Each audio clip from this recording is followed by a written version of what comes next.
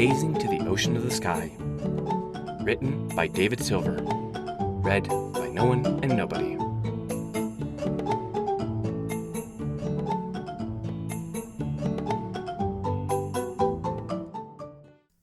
Chapter 20. The third episode. Taking a Dive. Cherry emerged from the water of her room, bobbing to the surface with the soft breath of the humid air that filled her room. Her room was the most comfortable part of Ponyville, or at least Twilight's castle. If she could get Aloe or Lotus to move in, well... She shook her head quickly, banishing the thought of daily spa treatments, in favor of lowering her gaze to her modified belt. It looked much the same, but for two things. It had her cutie mark painted on the side crudely, with her own mouth for one. For another, the metal hooves were covered in big flippers. Moving her own flippers and undulating her tail at the same time let her swim even faster than normal, as the mechanical legs and her thick tail worked in harmony to propel her around the flooded room. She went down about halfway before circling sharply and coming for the surface, bursting free of the surface of the water and flopping out onto the hallway just outside of her room. Twilight would probably be a little annoyed at the splashing that came from whenever she jumped from the water instead of climbing out, but that was so much more fun, and Twilight could clean it up with a spell. She didn't even understand why Twilight was bothered by it.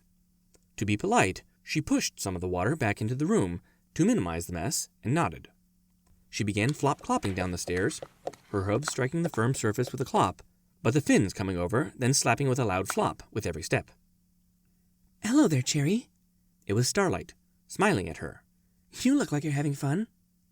"Oh, I am! Look! Cherry quickly worked off her new flippers. Look!" She was eager to show off, and had to be sure she was being looked at. She began at a normal walk. "See? Normal. But now..." She began moving her flippers just so, and changed the gait of her living forehooves, getting herself into a lively trot around the room, her tail bobbing in counterpoint. "See? I can dry swim better than ever before!" Starlight clapped her hooves with congratulations. "You're really taking to your new legs like you were born with them. That's called a trot, by the way." "Trot," murmured Cherry softly to herself. "And this dry swing gait is called a walk, right?" She slowed to a normal walk, and Starlight nodded her head. "See? I'm learning. What are you up to?" Starlight glanced outside. "I was actually going to go say hi to a friend of mine." Cherry perked her ears. "Oh, can I meet them? Are they nice like you?" Starlight colored just faintly. Having a pony nakedly praise her social skills was flattering. "She's a very nice pony, but she takes some getting used to. Her name is Trixie." She glanced left and right. "She's a lot like me. We're not used to having real friends." Cherry blinked owlishly. "What? No way! You've been a great friend to me!" "She has a teacher."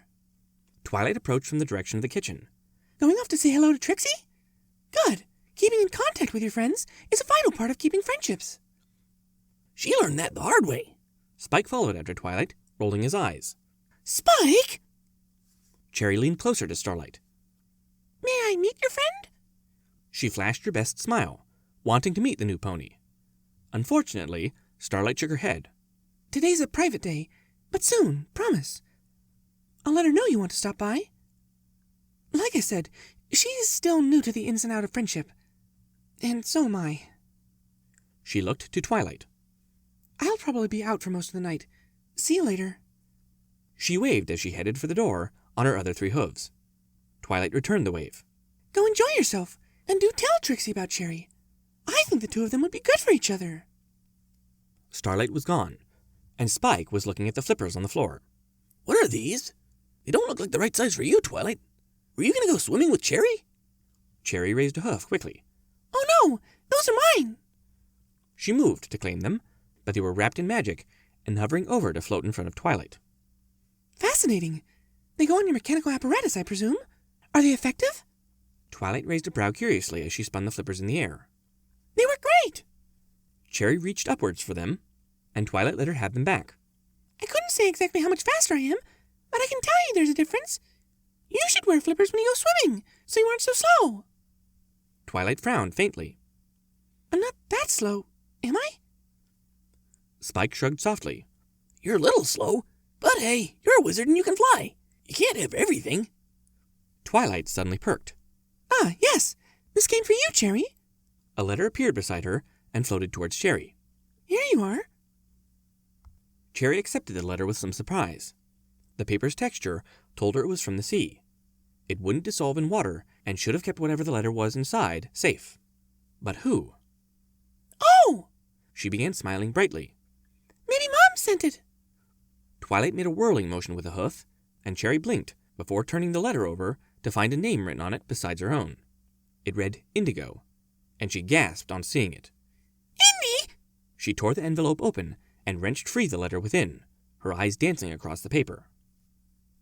Hey, Cherry Belly. I've missed you, but your mom says you're all right, and even showed me how to write you a letter. So here it is. If you're reading this, it worked. Unless you're not, Cherry, in which case you should stop and put this letter back in the envelope, you big creep. Okay, now that I know we're safe. How have you been? Are you really in the dry? That was so amazing. I want to see the dry too, but my mom says that's not for me.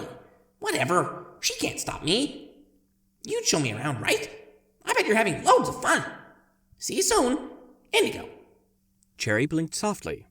He's going to get hurt. Spike approached curiously. Who? I guess you know them? He's only like my best friend in the waves. She threw the letter to the ground. And he's stupid. Stupid, stupid, stupid. He doesn't know how to survive in the dry.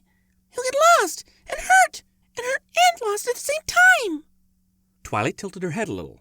You didn't know how to navigate on land either, Cherry. Cherry went as red as her namesake. That's different. Spike snorted softly. Yeah, now somebody else is doing it. Exactly. Cherry beamed, seeming to believe that Spike was in agreement with her. We have to save him before he does something stupid. Twilight shook her head. Let's not get over dramatic. First, how likely is your friend to actually come ashore? Only like 1,000,000%. Cherry sank a little. He knows I did it, and he knows I'm here. So now he's going to follow right after me. And there's only one solution. Twilight pointed towards the train. We should meet your friend at the beach and welcome them. Spike raised a brow. Is that just before we tell them to go home? Spike, Twilight frowned at him. we will do no such thing. Why? We're talking about a colt. We'll have another panicked mother. And who knows what she'll do? Maybe something a lot worse than that siren. Spike rolled a claw. The responsible thing to do would be to send him home. Cherry glanced between her friends, head full of thoughts. If we shoo him off back into the water, he'll come back just without our permission. And he'll really get hurt. He doesn't have dry swimmers. Or 4 of them anyway. He only has 2. Twilight's horn glowed as she picked up the discarded envelope. There's something I need to know. That may make this a lot easier. How did your friend get a letter sent from the ocean to Ponyville? She flipped the envelope about before she tapped it with a hoof. Here we are, a postmark. It looks like the post office in the same town we found you and accepted it. So they would know how it arrived. If we go to them, we should be able to send a letter back and make sure his family knows what he's up to and how to contact him. Spike nodded in satisfaction. That sounds like a plan. We should meet him one way or the other while we're there so he doesn't hurt himself. Yes, please. Cherry began walking for the door. He's a nice pony, promise. He's really good at hurting fish. She winced suddenly. He's not going to have a lot of fish to hurt here. Stupid Indy. Twilight and Spike followed as Twilight tucked the envelope away. I can't go flooding another room. Is it all right if he stays with you while we figure out what's the best thing to do? Cherry blinked with obvious confusion. Of course it's all right. It's not the first sleepover we've had. She stuck out her tongue a little as she pushed the door open. I told you, he's a nice pony. Besides, I'll have to show him around, and I understand where he's coming from better than any dry pony, so it makes sense I'd do it. Spike suddenly stopped and pulled out another piece of paper, scrawling on it busily for a moment, before puffing on it, turning it into smoke that drifted away quickly. Before it was even out of sight, he got to work on a second paper. Twilight watched the furious writing curiously. What did you just send to Celestia? And what's on the second one?